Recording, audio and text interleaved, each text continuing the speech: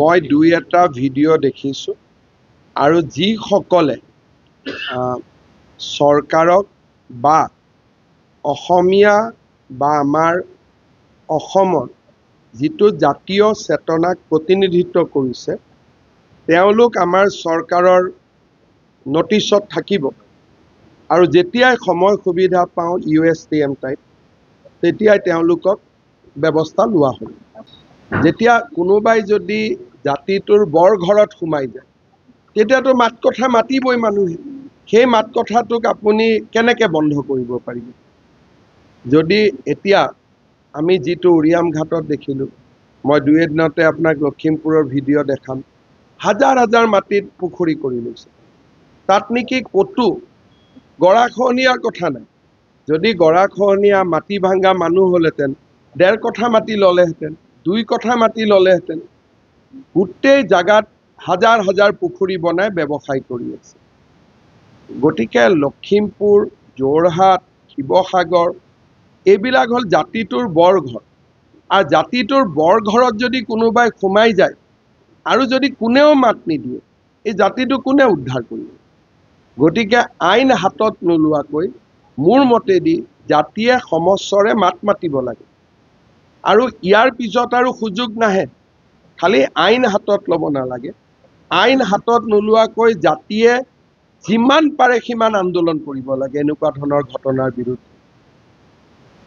খালি আইন হাতত ল'ব নালাগে। আইন হাতত লোৱা পুলিচৰ কাম, ন্যায়ালয়ৰ কাম, প্ৰতিবাদ কৰা জাতিৰ কাম। আৰু জাতিয়ে যদি প্ৰতিবাদ নকৰে আইনে কেনেকৈ শুনিব?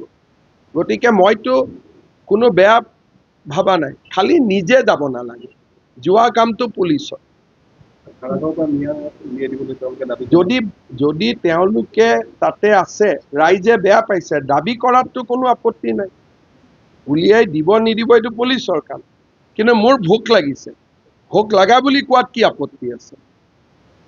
যদি কোনোবা মানুহ যি আমাৰ সভ্যতা সংস্কৃতিৰ লগত নিমিলে, মই ভাড়া ঘৰত থাকোঁ, কালি যদি ভাড়া ঘৰটোত মই গৰু এটা মাৰিলোঁ যে মইতো এইটো খাব পাৰোঁ, ওচৰত মন্দিৰটো কেনেকৈ থাকিব? মন্দিৰটো উঠি যাব। গতিকে অসমতো ভাড়া ঘৰে সমস্যা। প্ৰথম ভাড়া ঘৰত যায়, তাৰপিছত লাহেকৈ গৰুটো কাটি দিয়ে, তাৰপিছত লাহেকৈ মছজিদটো হয়, সত্ৰখন ওলাই গুচি আহে তাৰ পৰা। অসমতো সেইটোৱে পেটাৰ্ণ। গতিকে সেই পেটাৰ্ণটো ছাত্ৰ সংগঠন, ৰাজহুৱা সংগঠনে এক্সপ'জ কৰাত কোনো আপত্তি নাই। কিন্তু ফাইনেল কামটো কৰিব নালাগে। আপুনি ভাড়া ঘৰত যাব নালাগে, যোৱাৰ কামটো আমাৰ।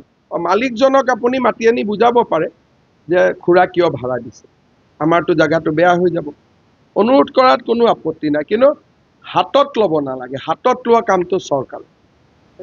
আমাৰ জাতিটো দাব খাই খাই খাই খাই কিছুমানে চাৰেণ্ডাৰ কৰিছে, কিছুমানে যুঁজিব চেষ্টা কৰিছে। আকৌ যুঁজিব চেষ্টা কৰাকেইটাকে টক শ্ব'ক পাতি পাতি আকৌ মনটো বেয়া কৰি দিয়ে। কেইটামানে যুঁজি আছে, যুঁজি থকা কেইটাকো আকৌ টক শ্ব' পাতি গালি গালাজ কৰি সিহঁতৰো মনটো বেয়া কৰি দিয়ে। ক'ত যুঁজিব? লাষ্টত আপোনালোকৰ ভণ্টি বাইদেউকো সেই জেগাতে বিয়া দিব লাগিব।